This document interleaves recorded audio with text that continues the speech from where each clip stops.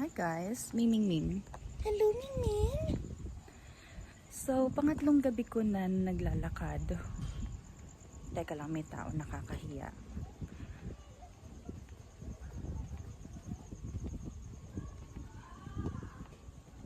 Hindi na kailangan ma-witness ng ibang tao yung kaartihan ko.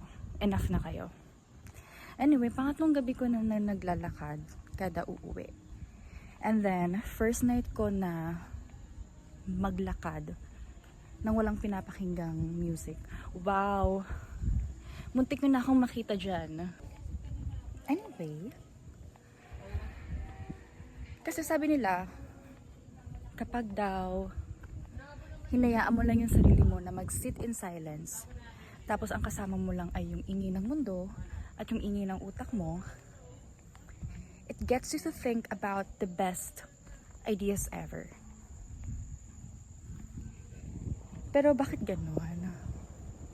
Yung best idea ko is,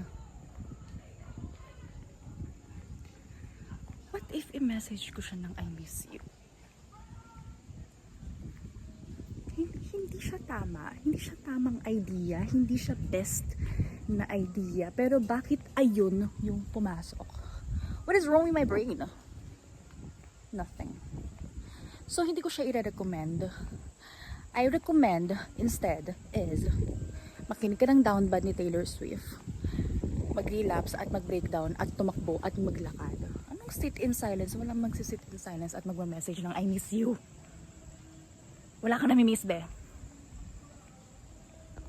Yun lang.